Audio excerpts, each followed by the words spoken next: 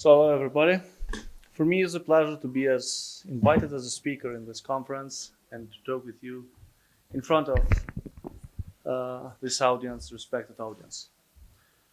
For people who don't know me, I'm Kreshnik Gashi. I am the managing editor of Kosovo.com, one online platform which is focused on reporting and investigating corruption in Kosovo, and which get more than 50 people who are investigators and monitors engaged to investigate and to write articles regarding corruption in Kosovo. I also, in weekly basis, run a TV show which is produced by Bern and it is broadcasted in the public TV. My TV show is focused on rule of law and reporting corruption. Every week, we have a new case, we have a new corruption case, we have a new problem in our justice system. We report them and we try to advocate for the changes in our society. This is our mission, and the mission is being completed in some points of our work.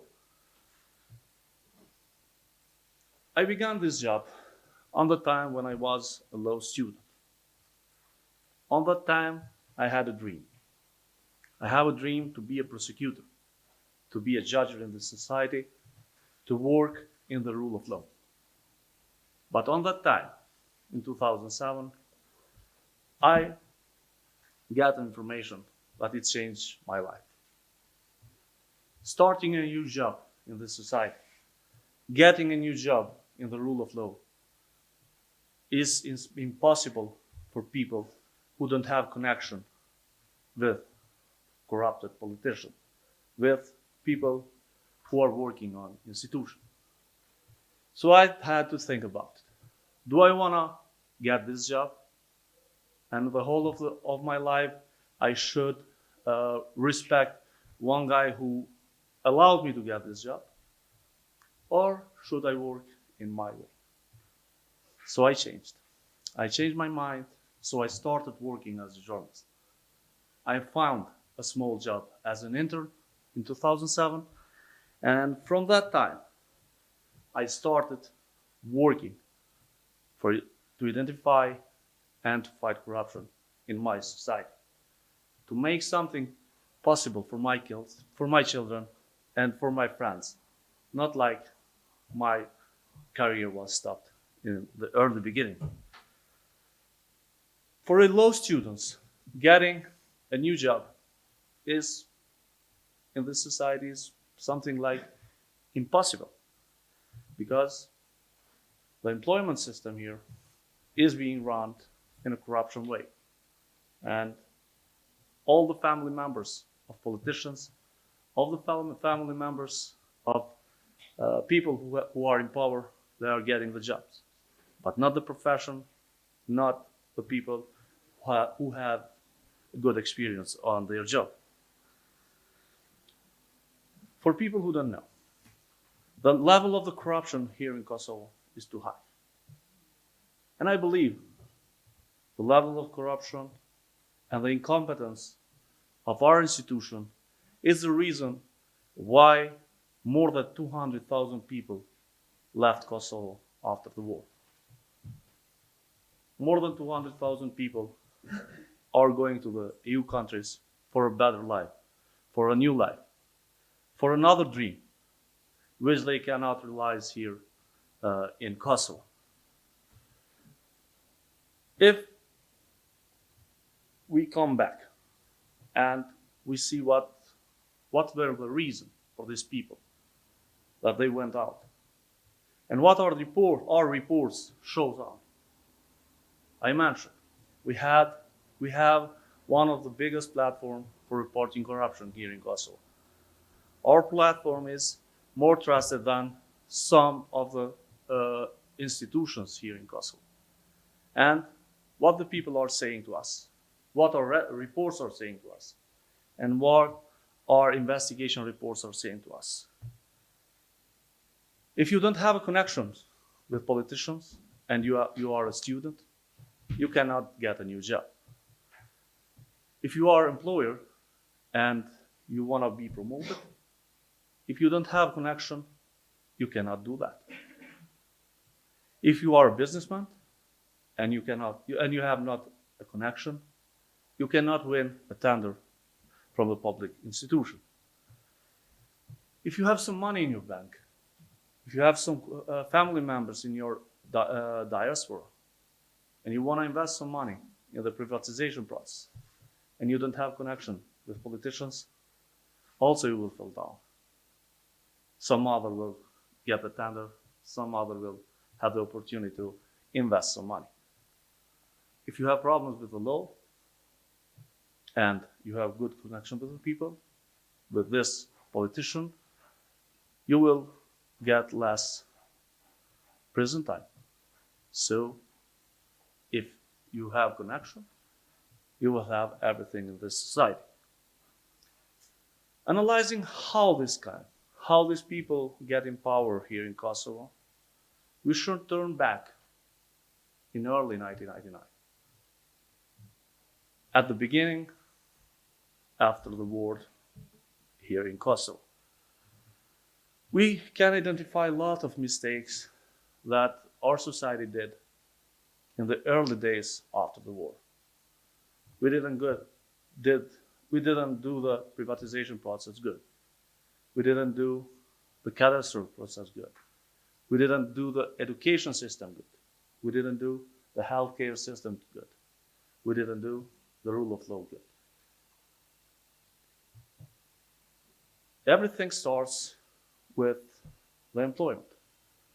People, if they don't have opportunity to work somewhere, they can not live here.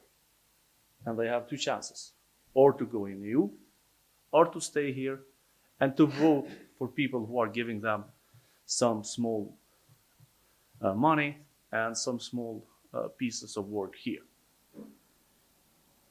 In 90s, Kosovo was a country of ex-Yugoslavia. And on that time, economy was not very much good, but it gets some workplaces for the people who work here. And during the war, people were believing that after that, when the war ends, this working places will be open. The business will start, and we will get a new society with new working places. What happened after the war was totally wrong. Corrupt politicians use these properties just for their only benefit. A lot of these factories were robbed by people close to politicians, and they used the earning from these companies to finance their activities and to finance the political parties. From 1999 until today,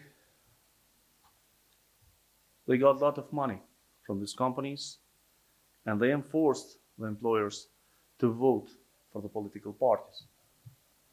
The people who controlled the companies, they controlled everything. UNMIK was in charge to do something. And in 2000, they started trying to do a privatization process. They started selling these companies.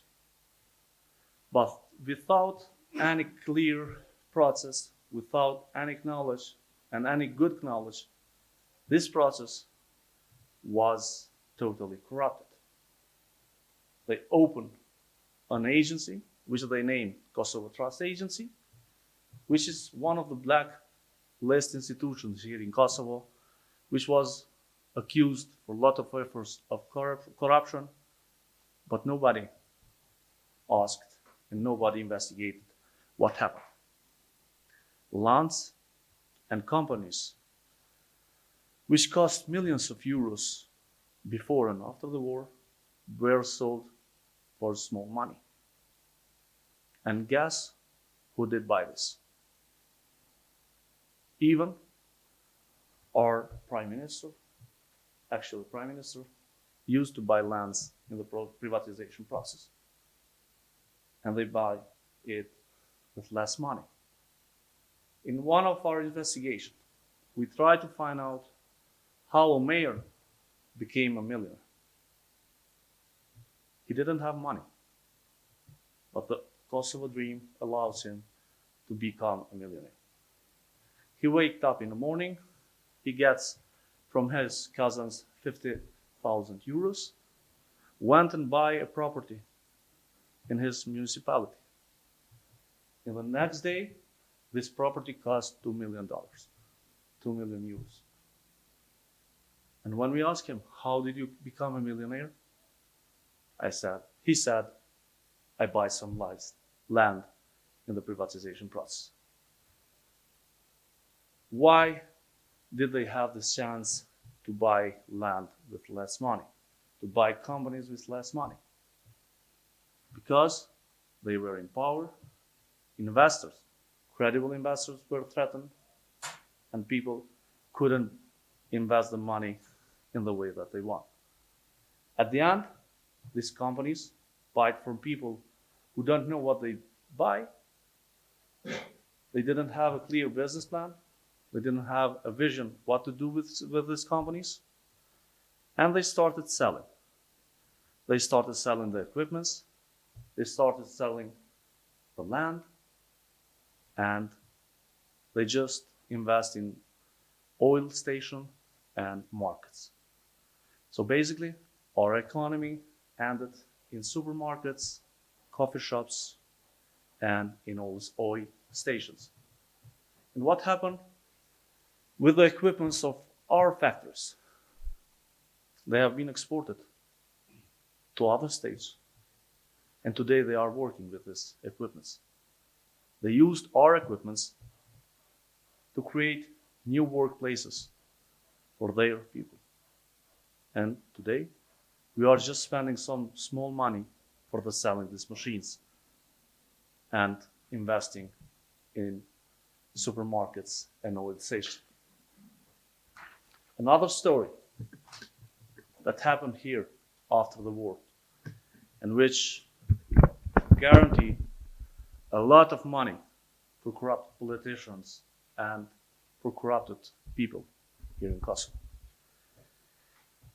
In the end of the war, when NATO and UNMIK and Yugoslavia sit down to discuss the end of the war, they forget one thing.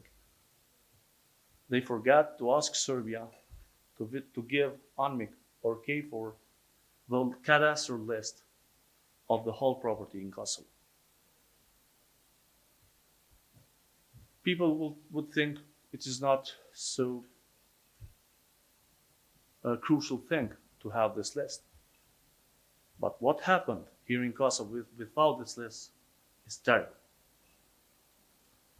They created organized crime groups which corrupted judges and which corrupted municipality officials. And they changed the names of the land. They transferred the land from public property to private property. In just one case that EULEX was investigation, there were more than 5,000 cases when they changed the names. And the benefit of this group was more than 1,000 million euros. It happened just in one part of Pristina. 100,000 million euros benefit. Imagine what happened in whole Kosovo. The whole property is exchanged without this list and cadastral. From 1999, everybody knows that this happened, but nobody started reacting and stopping this. People here know that this land was a public land, and in the end of the day, they showed that in this land they are growing buildings and making their business there. But nobody reacted.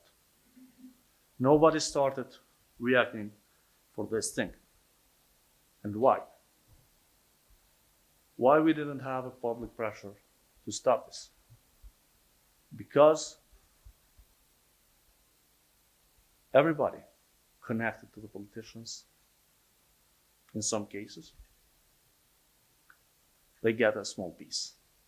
They get a small land. They get a small benefit. I'm talking until 2010. And they didn't react. They didn't open a case in prosecutor. They didn't ask the police to start investigation. We don't know how much money they get for this. And we don't know also how our politicians became millionaires. In the end of each year, they are declaring in Kosovo Trust, Kosovo Anti-Corruption Agency, their property and their money. Imagine people who, before the war, were teachers, today are millionaires. And we didn't know how they came, how they get this money, and they get in power. They used the whole system, state system, to corrupt. They used any public money to get some for their pockets. In healthcare, they were getting money from their tenders in building hospitals. And today, we don't have a good healthcare system. We don't have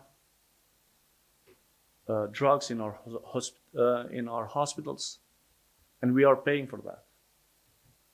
If we look in our budget, we are investing a lot of money for healthcare, but we are not getting the healthcare for the citizens. The same happened in the education system. The politicians were interested to get under the control the education system. Why? Why should they need to get directors of schools in the board of politicians? Why should they need to get teachers on the board of political parties? There is one reason. During the elections, the schools are voting centers. And if you get the school director on your political party, the chances to manipulate the voting process in that school are higher. So they used to connect politicians, political parties, the school directors. In just one case, we did an investigation in Mitrovica, and we find out that from 30 school directors, 22 of them are connected with one or another political party. They are activists, but not just activists. They are head of the unit of the party in Mitrovica or in small villages.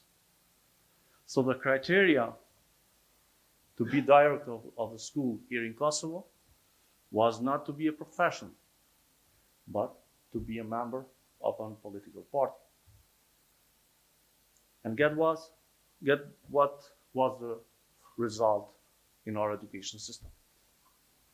We are in the end of the list of the PISA test. And everybody was shocked why this happened. Coming back, you will find out that the corruption was the reason. The incompetence was the reason. Because the reason why we get this result. The why we have this level of the corruption here in Kosovo, why people are leaving the country, and why nobody can stop this corrupted politicians, it can be found also in early 2000. On that time, UNMIK started building the new justice system of Kosovo. Before the war, prosecutors and judges were shown as people close to regime, close to communist regime, which punished democratic initiatives and people who had a different thinking.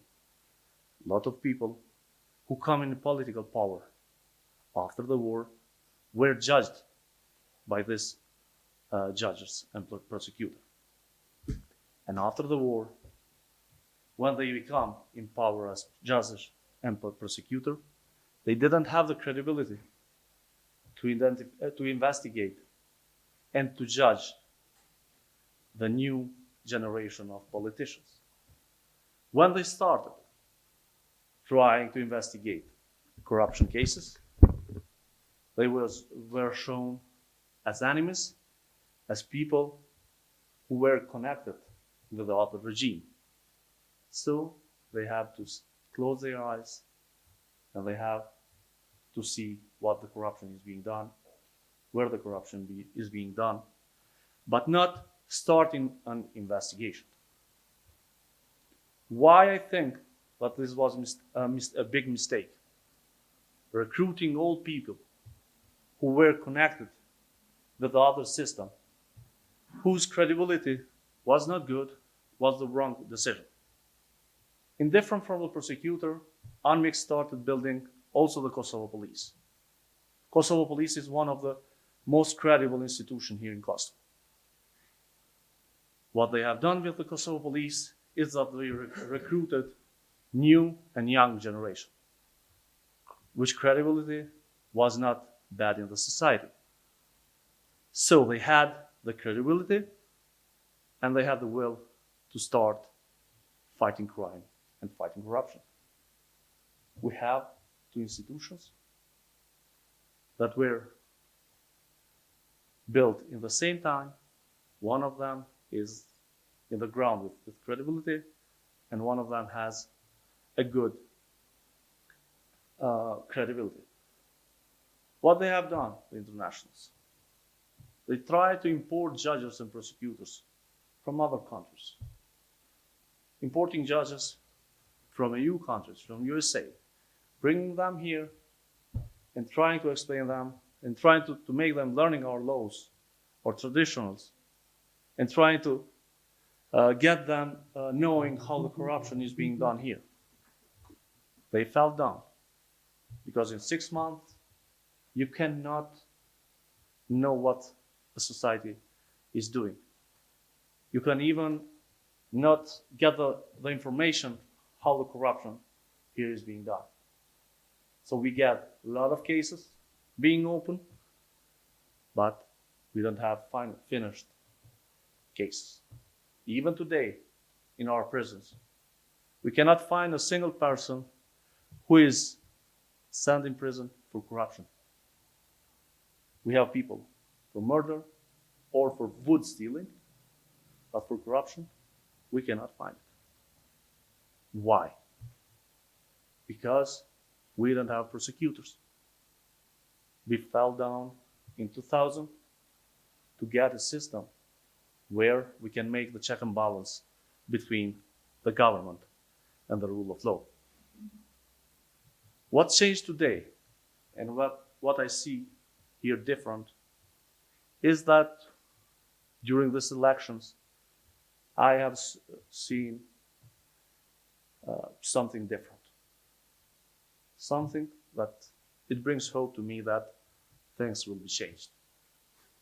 We are doing the election debates since 2005.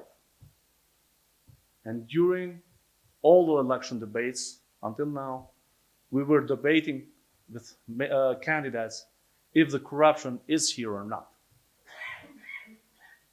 There were politicians who were in power telling us that Kosovo, the corruption here is just a perception, and they were opposite, telling us that the corruption is here.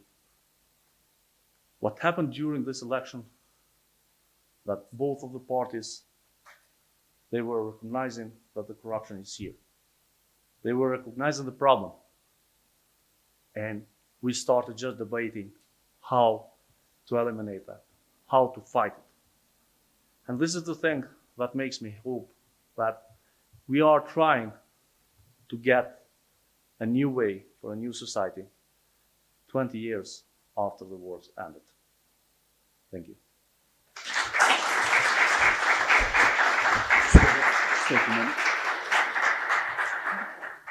Thank you very much, Kreshnik. Could we just tee up Daniel on the video so we can have a kind of seamless in? So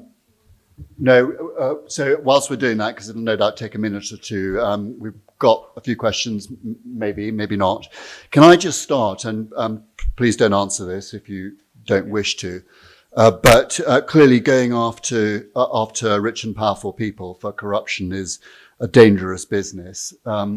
What is the impact on you? Are there security concerns? And I've seen this in other countries. Yeah. So, as I say, I work since 2007 as an investigative journalist. If somebody asks me if I have threats, if somebody is trying to kill me, if somebody is trying to shoot me, yes. Am I afraid? No.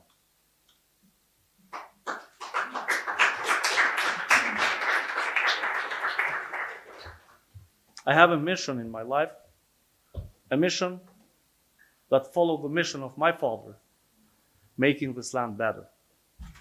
So, if my father was not afraid dealing with the regime, the communist regime, the Milosevic regime, why should I be afraid to deal with this regime here, which are not too much power as Milosevic was? So I'm not afraid. We'll keep going until the video comes up. Are there any questions?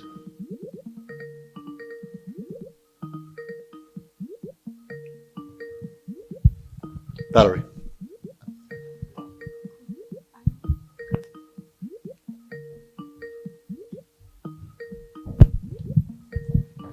I'm just curious, have you seen any difference in terms of the frequency of both the low level, like the day-to-day corruption and requests for bribes for either for grades or medical services or permits, etc., that most people would experience, as opposed to the broad scale state capture type crime that you talked about in terms of privatization and rampant theft? Yeah.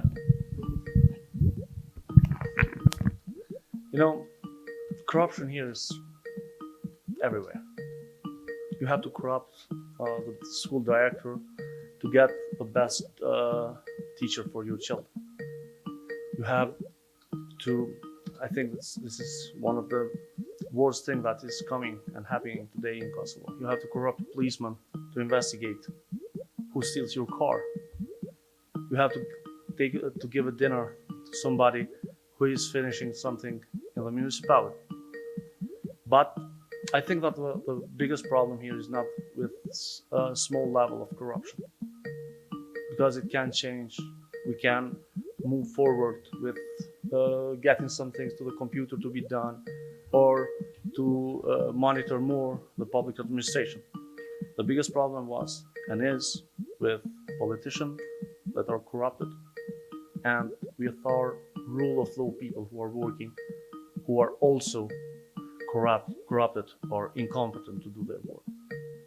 For me, we can find 1,000 of people who ask for €5 bribery. For me, it's not a big problem. That the big problem is that I can find I found by myself more than 10 prosecutors and judges asking for bribes. And in the system where you have less than 300 judges, finding for a journalist to find 10 of them is a huge number. We are talking for a huge number and high level of corruption. Judge Wall.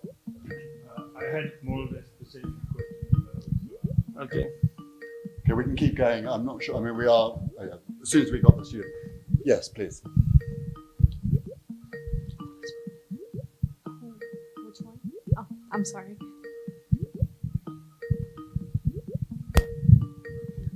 Hello. I guess it's kind of more of a comment really than a question. Also, with an experience of being in the position that I was within been a member of parliament, and sort of now with the new elections, I can see it a lot with people sort of using this argument that, oh, I voted for you, and sort of that expectation then of, you know, whether they can get into work or, you know, that sort of stuff. And I think this comes as a result of a system that's been built for all of these years. And what's really interesting, a colleague of mine once said that from the high level of sort of corruption, then with this low level of corruption, it sort of has been built in a way that if they have to be responsible for it or accountable for it, then, you know, they would turn around and say, well, it's not just me, you know, you've done a bit of that corruption in terms of bribes and in what you said in terms of getting services and stuff. So it's something that's been building ways, but I think also to sort of try and cover themselves up as well, saying that everyone is in this together. It's not just us, the bigger guys who are part of this corruption. It's something that I've seen, experienced, and, you know, see it happening still. And also that comment that you said about being afraid and not being afraid, I guess, when you do that kind of work, if you're afraid of doing that kind of work, then you're not going to be able to do it. You're either in it to make it happen or not, I guess. So thank you. Good. We haven't yet got Daniel up on the thing. Yes, please. Hello, Hrvoje Pištrik, University of Law, Faculty of Law, University of Zagreb. I think I should disagree with you about small corruption and big corruption. Because in Croatia, we also have a problem with corruption, but it is better than it was 10 years ago. But it is better because you cannot bribe a policeman as often as you could before. It is better because you don't have to bribe every officer, every clerk, etc. And what I want to say is that I think that in Britain, in America, in Scandinavia, you have big corruption, but you don't have corruption on a small level. And that's maybe more important. You cannot destroy corruption, all of it. But if you want a rule of law and a normal state, then the lowest level must function. So I think that you were talking about the elections. The thing is, the change begins with small people, with little people. When citizens decide that they do not want to have corruption anymore, they had enough, maybe things will change. That's my opinion. In my experience, we had cases when we find out policemen taking 50 euros bribe. We found that the policemen were arrested and they were judged in our court system. But the reaction of the people was, why you are not dealing with the big fishes? You are just dealing with small. People are waiting from us to deal with the big fishes. This is the reason why people believed on LX when they came here. And this is the reason why they felt that they don't believe today on LX, because they didn't catch the big fishes here. So I think that the focus, I totally agree that we should fight also small corruption, but our focus should be on the high level. Because the high level corruption motivate more people to be corrupt. If you get a bribery with 50 euros, you can drink 2 or 3 beers. If you get 1 million, you will do a lot. And people will try to follow your road. So I believe that we should focus on big fishes. Omar.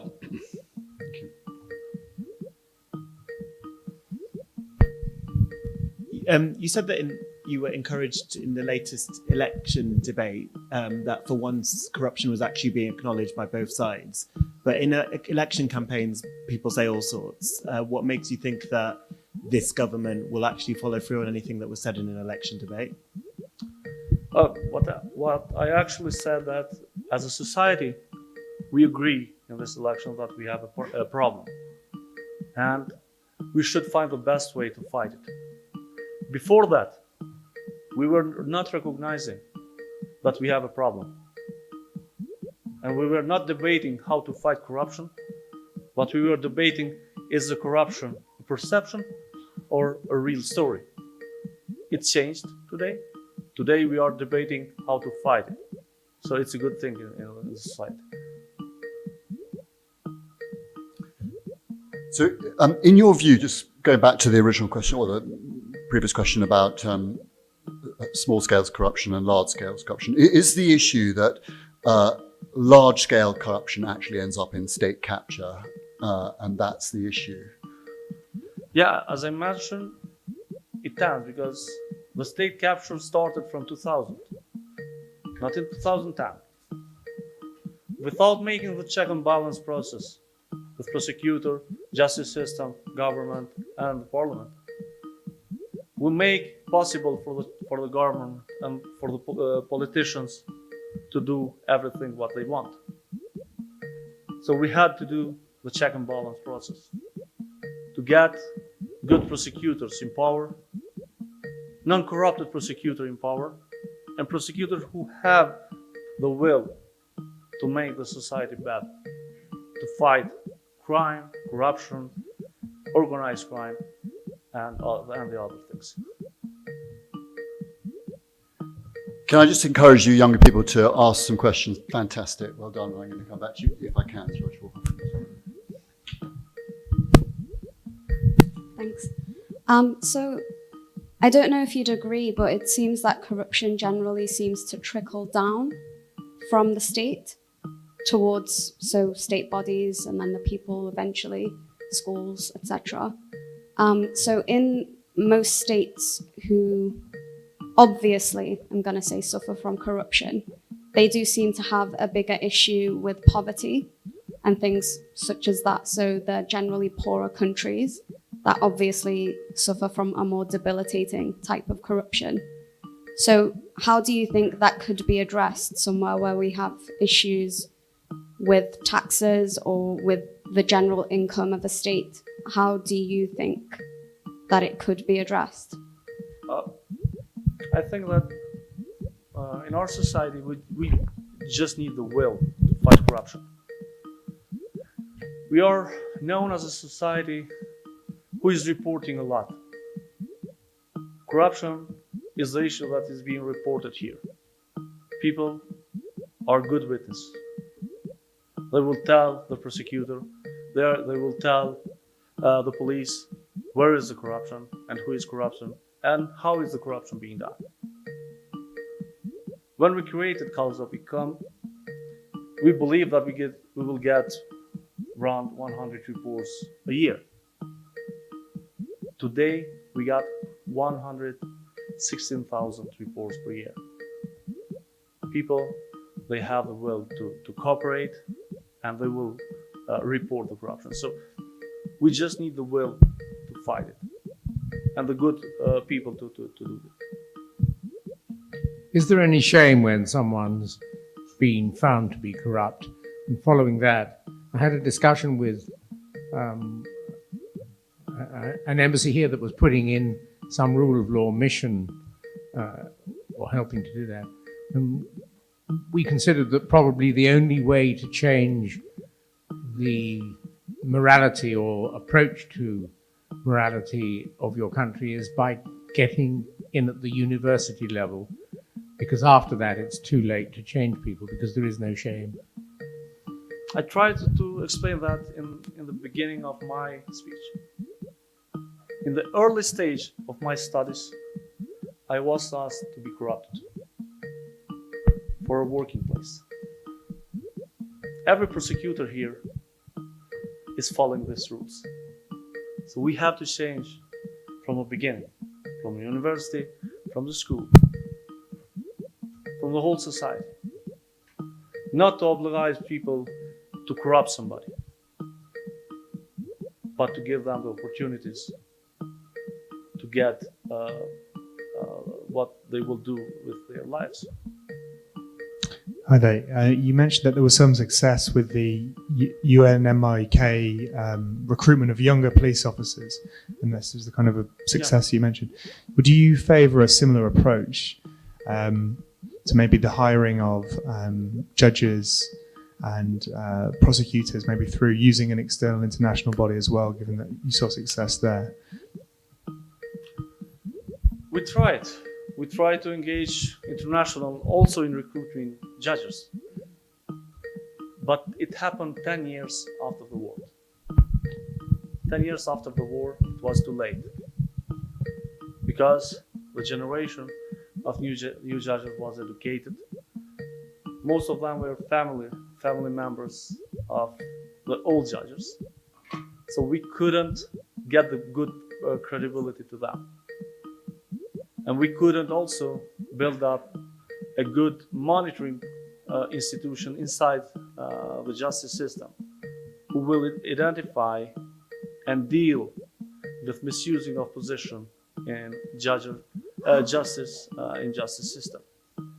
And also, we believe that the ask from the society,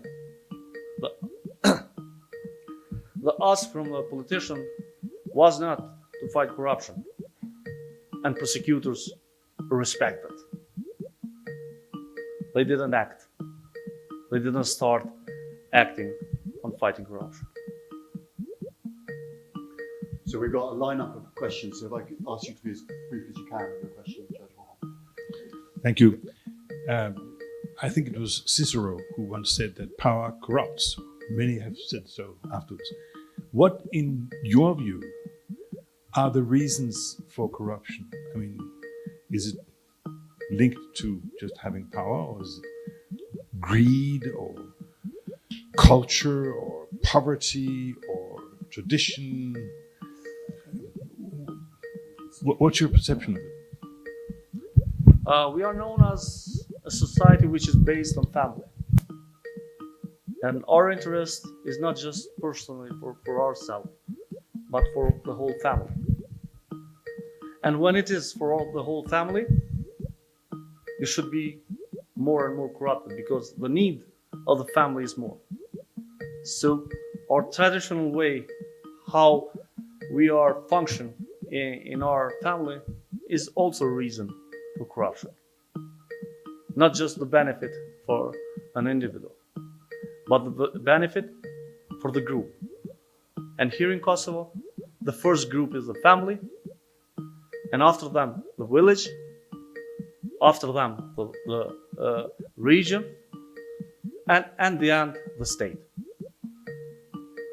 And this is the circle that we should change. We should start from the state.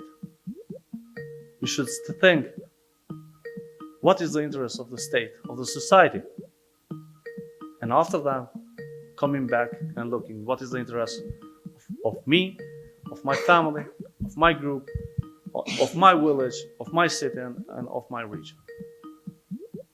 This is the way how we start thinking and how we perceive our needs.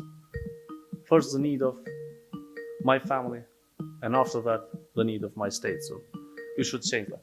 So I assume weak institutions always lead to corruption too, so that may have something to do with it.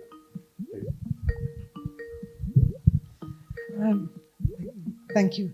My question has to do with Pristina-Belgrade dialogue facilitated by EU. During the process of dialogue, there were several technical agreements reached. One of them is the agreement on cadastre.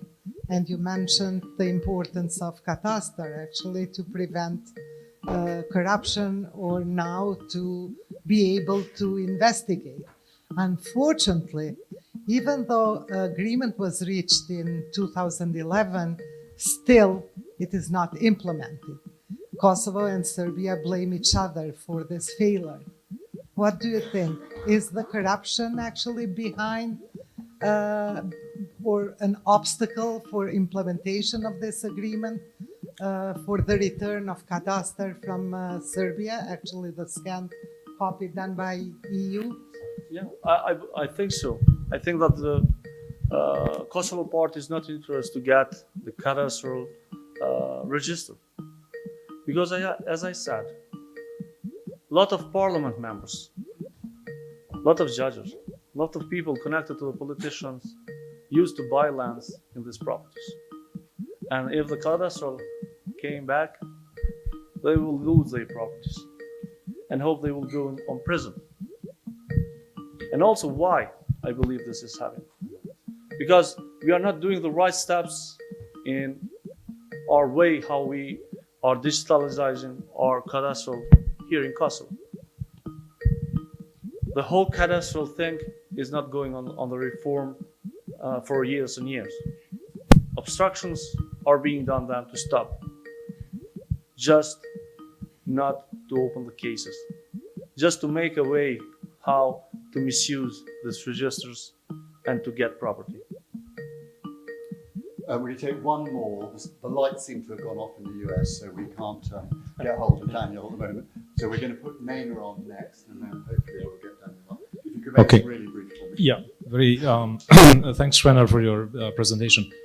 In your work, have you come across to find sort of, I'm not saying official data, but data on which you can rely when it comes to the degree of corruption of the branches of the government? Let's say we have the legislative, executive, and judicial branch.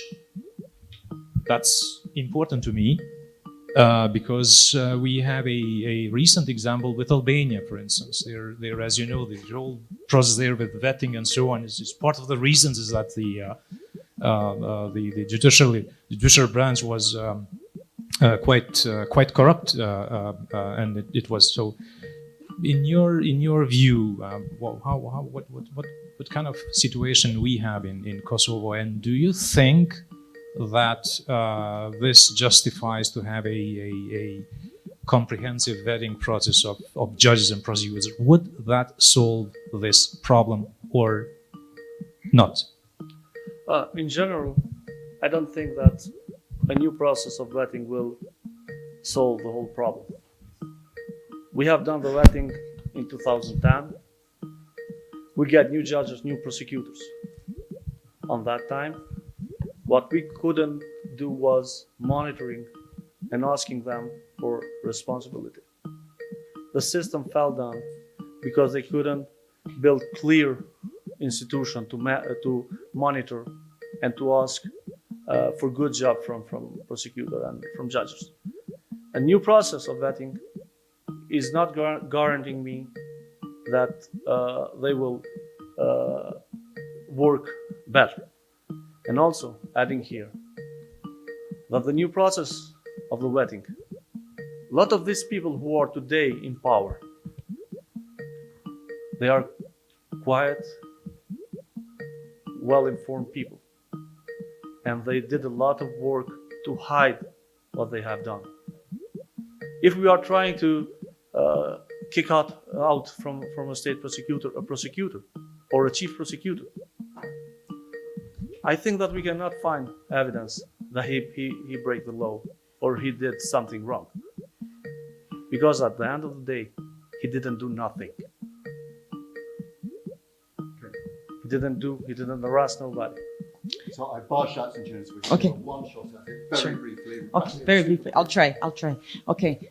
Well, actually, it's a question for everybody, although I don't want now a new discussion. But let's say that I have or nobody has any idea about Kosovo and problems until today. So only thing that we know are the lectures that we were able to hear today. In the beginning, then you would thought, oh my God, international community, European Union, it failed again. It had a mandate to do something, it didn't do something. Kosovo society wanted to do something so bad. But European Union, United Nations, they moved out the courts, they placed it in Hague again to, again, try to prosecute war crimes. And then you came. And then you said, well, there is huge corruption present in the society, especially among judiciary. We didn't prosecute any major corruption case. We have problems of corruption everywhere. do you get my point? Kind of, well, what does it mean then? My point is, well, why then is a problem? Yeah. That's why then we object. I'm a little provocative. Why then we object that the court is outside of Kosovo if we are not able to settle things first here? That's just a question. Thank you. Oh. Thank you very much. That's it. We've got Daniel Okay. on the line. Thank you very much. Thank you very much.